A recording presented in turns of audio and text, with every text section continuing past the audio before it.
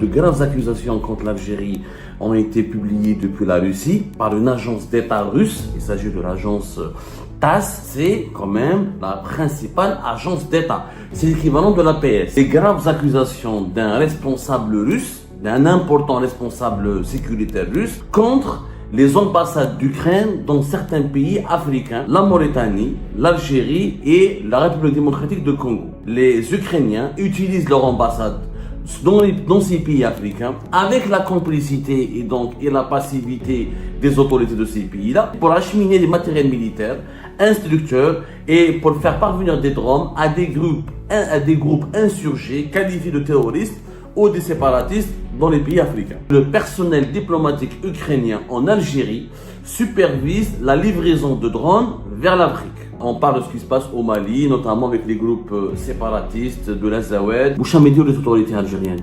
Et on parle d'acheminement d'armes, on parle de déstabilisation des États africains. Les militaires au Mali ont accusé l'Algérie d'être le sponsor du terrorisme régional, qu'elle soutient, qu'elle arme des groupes séparatistes terroristes dont certains groupes ont des tendances islamistes radicales contre l'État malien. Si l'ambassade d'Ukraine a supervisé l'acheminement des instructeurs et d'armes depuis l'Algérie vers le nord du Mali, ça veut dire que l'Algérie était complice. L'Algérie ne peut pas ne pas être au courant.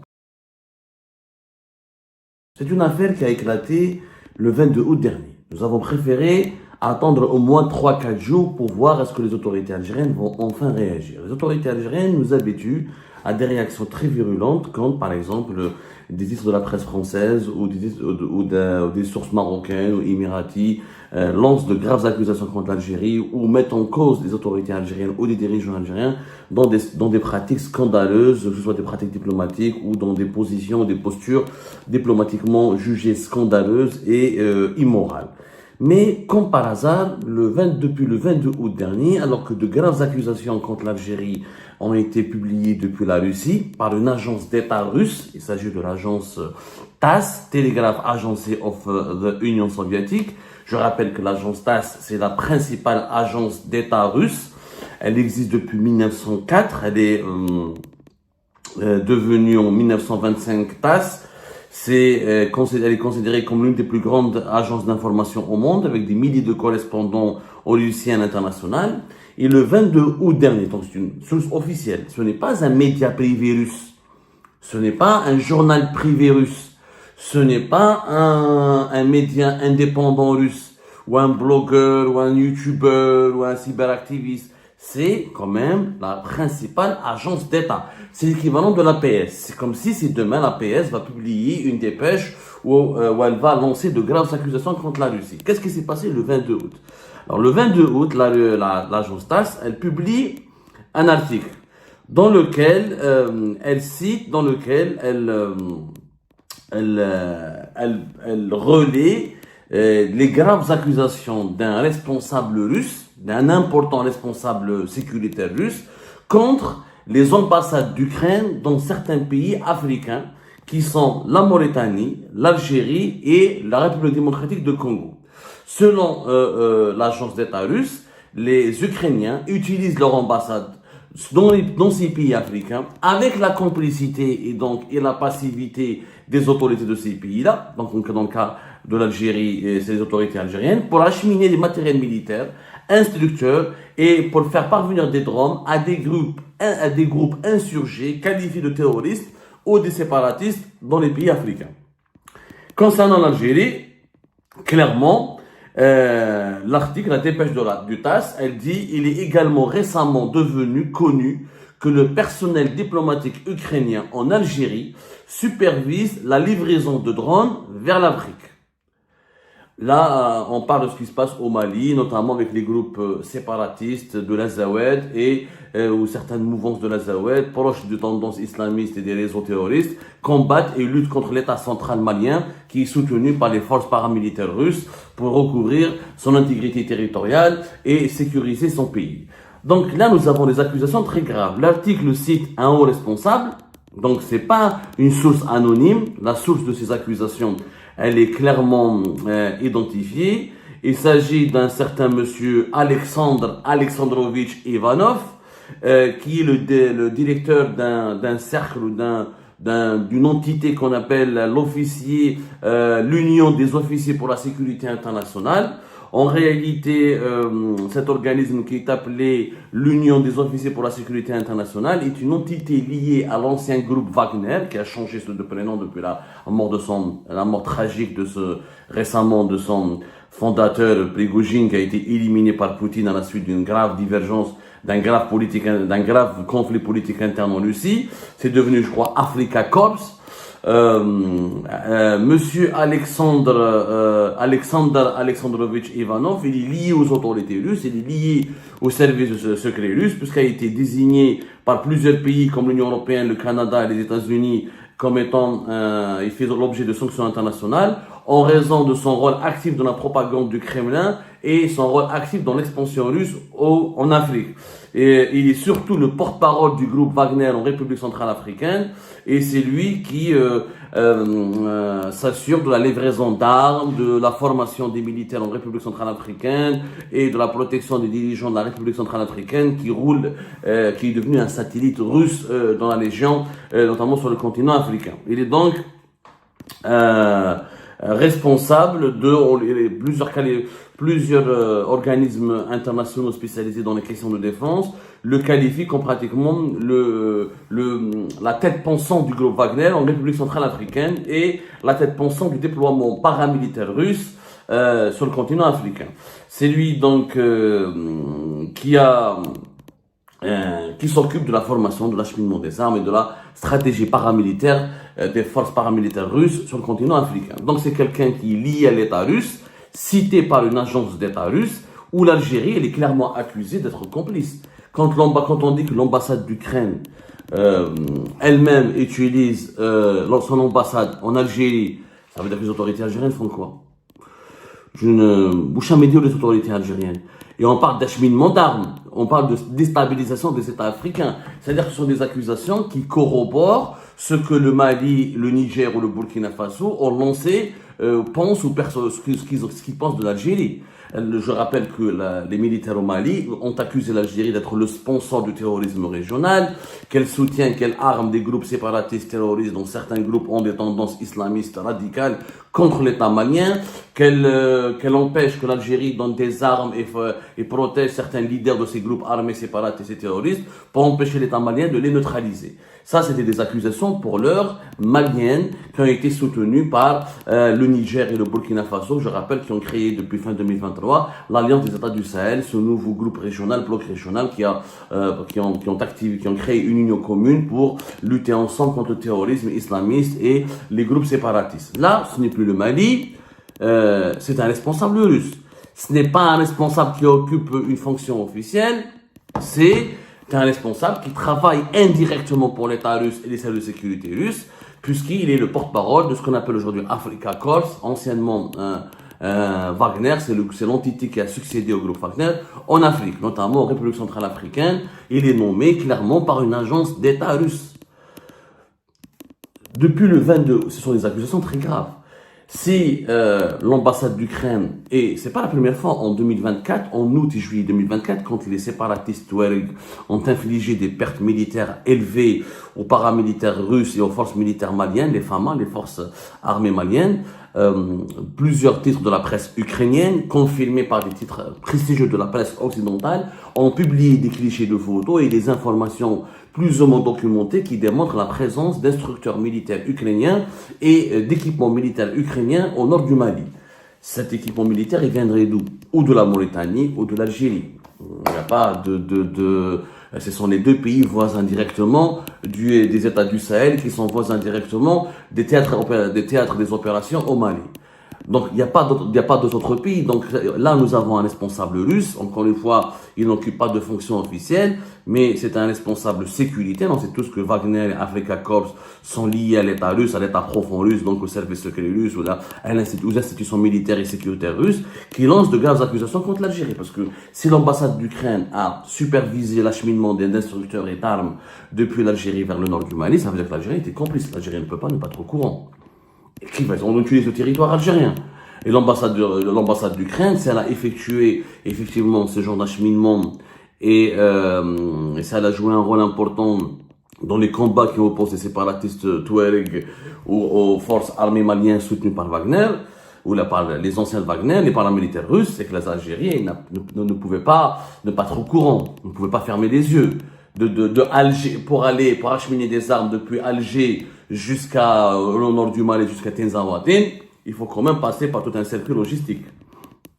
Ces accusations sont extrêmement graves. Pourquoi? D'abord, les groupes armés Touareg n'ont aucune légitimité internationale. Ils luttent pour séparer un pays, pour diviser un pays qui est le Mali, ce qui est contraire au droit international. Le droit international reconnaît la souveraineté des États, et il reconnaît l'intangibilité des frontières, notamment des règles au sein de l'Union africaine. Et l'Algérie elle-même, qui diabolise et qui considère comme mouvement terroriste le MAC qui veut l'indépendance de la Kabylie, ne peut pas fermer les yeux sur un soutien militaire et sur des armes qui sont acheminées via une ambassade étrangère qui est celle de l'Ukraine sur son territoire pour aller soutenir un groupe armé séparatiste qui a aussi, je rappelle que les séparatistes Touareg ont des incohérences, ça a été largement documenté par la littérature sécuritaire internationale, largement des liens et des connexions. Il y a certains leaders Touareg ont une double casquette, à la fois séparatiste et ils flirtent avec ou ils font même partie des membres des réseaux, comment on appelle ça, des groupes terroristes islamistes, radicaux et djihadistes. Premièrement, c'est une grave violation du droit international. C'est une grave ingérence dans les affaires internes du Mali. Donc là, quand les militaires maliens ils accusent l'Algérie d'ingérence, de vouloir déstabiliser, de semer le terrorisme, on est tenté de leur donner raison. Et qui va nous demander les armes? Est-ce que l'Algérie aurait accepté que les autorités maliennes acheminent des armes, ou donnent des armes, ou si demain le MAC veut avoir une milice armée, qui aurait accepté que l'Algérie, qui aurait accepté qu'en Algérie, des ambassades ou des forces étrangères ou des pays étrangers donnent des armes ou transmettent des armes ou acheminent des armes vers des groupes séparatistes sur le sol algérien? Ça aurait été un scandale inouï, on aurait déclaré la guerre à ce pays-là, nous, en Algérie. C'est un pays étranger, nous avait fait ça. Ça déstabilise le Mali, ça déstabilise le Sahel, ça aggrave les combats entre les deux pays, entre les factions armées Touareg et l'armée malienne. Après, vous allez me dire, mais les Touareg se défendent, etc. Attendez, les Touareg, ils sont maliens. Le Mali, il a le droit, le Mali, c'est un pays souverain. C'est comme si demain, vous allez me dire, dans les années 90, certaines puissances étrangères ont soutenu les groupes islamistes armés parce qu'ils se défendaient contre l'État algérien. Non, mais les groupes islamistes armés, comme les groupes Touareg armés, n'ont aucune légitimité. Ils n'ont aucune légitimité. Tu n'as pas le droit de prendre les armes, de dire, moi, je veux créer un pays de mon propre gré. Ok, tu veux défendre, il y a les manifestations politiques, il y a les manifestations populaires, il y a le processus politique, il y a ce qu'on appelle le combat politique pacifique. Oui, après, dans l'histoire du Mali, il y a eu des drames et des douleurs, il y a eu des dérapages et des dérives qui ont amené certains Touaregs à prendre les armes, mais de là à être soutenu, de là à faire des alliances avec des groupes terroristes djihadistes et à recourir à des puissances étrangères pour lutter contre l'État central malien, ça devient extrêmement dangereux. Ça devient extrêmement dangereux, d'autant plus qu'il y a des processus de réconciliation, il y a des accords de paix, il y a l'Union africaine, il y a d'autres cadres et d'autres instances que les Touaregs auraient pu saisir pour régler le problème interne. Et je ne dis pas qu'au Mali tout est parfait. Je ne dis pas qu'au Mali il n'y a pas eu des discriminations contre certaines factions Touareg, ou qu'il n'y a pas eu une certaine persécution dans le passé. Ceci dit, ça ne justifie pas qu'on soutienne un des mouvements séparatistes, indépendantistes, qui veulent créer un autre État dans le Sahel et qui sont sous l'emprise de groupes terroristes armés djihadistes. Ça n'a aucune, c'est vraiment impossible. C'est un discours, c'est un argument qu'on ne peut pas, un argument qui est intolérable, intenable, qui est même irrationnel et absurde. Les forces militaires maliennes ne peuvent pas négocier avec des politiques ou des formations politiques Touareg la paix et la réconciliation tant qu'elles ont des armes. Je rappelle que les Touareg ont occupé des villes entières comme Kidal de 2011 jusqu'à pratiquement 2023-2024. Donc, il faut arrêter de déconner. Ils ont voulu faire cession. Donc, on n'est plus dans la défense légitime. On est dans la volonté de diviser, de désintégrer le Mali. Ces accusations sont extrêmement graves et je ne comprends pas le silence des autorités algériennes. Imaginez, ça a été l'AFP, par rapport dans la crise qui oppose l'Algérie à la France. Il suffit juste qu'un journal français, ou qu'un journaliste français, ou qu'une page Facebook en France, alors si c'était l'AFP, c'est encore plus grave. L'Algérie réagirait rapidement. le ministère des Affaires étrangères va convoquer le chargé d'affaires de l'ambassade de France, l'APS va réagir, la presse algérienne va être instruite pour réagir et riposter aux accusations aux informations colportées sur l'Algérie. Mais là, nous avons les Russes qui accusent clairement l'Algérie d'être devenue une base arrière des opérations clandestines de l'Ukraine pour déstabiliser des pays africains et pour soutenir des groupes séparatistes alliés à des groupes terroristes. C'est clairement expliqué et dit dans l'article de TASS. Oui, vous allez me dire c'est une source russe, c'est une source autorisée, c'est une source officielle. Avec un responsable, M. Alexandre Ivanov n'est pas anonyme. Il dirige une entité quand même. L'officier, l'union des officiers de la sécurité spécialisée dans la sécurité internationale. Donc c'est quelqu'un qui est complètement connu. ما نقدروش نقولوا اليوم ما نقدروش نقولوا بلا c'est une source anonyme ou là c'est un article lambda ou là et plutôt encore une fois c'est une source officielle, c'est l'agence de presse de l'État russe. Pourquoi les autorités algériennes n'ont pas réagi? Pourquoi l'ambassadeur de Russie en Algérie n'a pas été convoqué? Pourquoi un responsable de l'ambassade de Russie en Algérie n'a pas été convoqué au ministère des Affaires étrangères pour s'expliquer? Pourquoi il n'y a pas eu de démenti, de réaction de l'APS? On ne peut pas laisser passer de telles accusations. De telles accusations seront utilisées donc par les partis adversaires de l'Algérie pour, encore une fois, appuyer cet argumentaire selon lequel l'Algérie flirte avec des groupes séparatistes et terroristes dangereux au Mali et au Sahel, ce qui porte un énorme préjudice à l'intégrité morale et à l'honneur de l'Algérie. Je ne comprends pas le silence des autorités algériennes.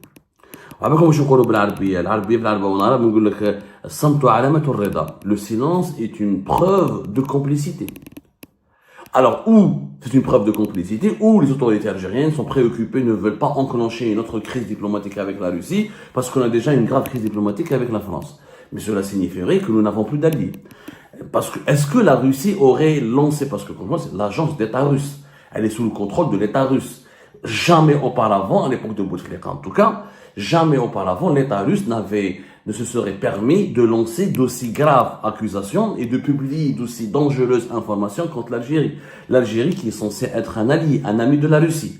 Donc si l'agence d'État russe a publié ces informations qui incriminent l'Algérie, voilà, la Mauritanie et la République démocratique du Congo ne sont pas des pays amis de la Russie, mais l'Algérie c'est un pays ami, client historique de l'industrie d'armement russe et pays historiquement allié de la Russie, sur le plan politique et diplomatique.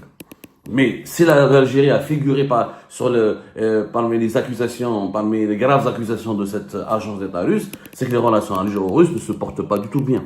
Et ça confirme notre lecture de ce dossier, que la Russie s'éloigne de l'Algérie, elle ne considère plus l'Algérie comme une amie. Qui sont nos amis? La France, on a des problèmes avec eux. La Russie, on a des problèmes avec la Russie, des problèmes avec les monarchies du Golfe, des problèmes avec nos voisins, des problèmes avec tout le monde. Pour je prends les Italiens. On est amis qu'avec les Italiens et on essaye depuis quelque peu de réparer nos relations et de restaurer nos bonnes relations avec l'Espagne. Ça confirme l'isolement dangereux de l'Algérie par rapport à d'autres grandes puissances. C'est vrai qu'avec les Américains, ça va mieux, ça commence, mais ça reste pour le moment superficiel. Il y a des gestes très symboliques, mais ça ne donne pas des résultats encore concrets sur le terrain, mais ça va mieux. Il y a des perspectives prometteuses, mais est-ce que c'est normal que l'un de nos plus importants partenaires comme la Russie nous tourne le dos? Il faut qu'on se pose des questions. Pourquoi il nous a tourné le dos? En tout cas, cette affaire, elle est intrigante, elle est dangereuse et, comment dirais-je, elle renseigne encore une fois que l'Algérie aujourd'hui a des problèmes au niveau de ses frontières, elle a des problèmes sérieux avec ses principaux partenaires et surtout, cette affaire soulève des interrogations sur la stratégie diplomatique de l'Algérie. Riposter, répondre et s'embrouiller à chaque fois qu'il y a un problème avec la France, mais se montrer totalement indifférent, et insensible et silencieux, voire faire l'autruche quand on a en face de nous des accusations très graves qui nous parviennent de la Russie. Et ben voilà les amis, c'est la fin de cette vidéo. Je vous remercie comme d'habitude pour avoir suivi jusqu'à la fin. N'oubliez pas de nous laisser vos commentaires et vos réactions sur cette vidéo et de vous abonner à la chaîne si vous n'êtes pas encore abonné. Donc voilà, ça fait vraiment plaisir de voir vos commentaires et vos réactions et vos discussions sur la section des commentaires. C'est très intéressant et je vous prie toujours de garder le respect et un petit peu la bonne ambiance pour tout le monde. Donc voilà, merci beaucoup et à la prochaine dans une nouvelle vidéo. Au revoir.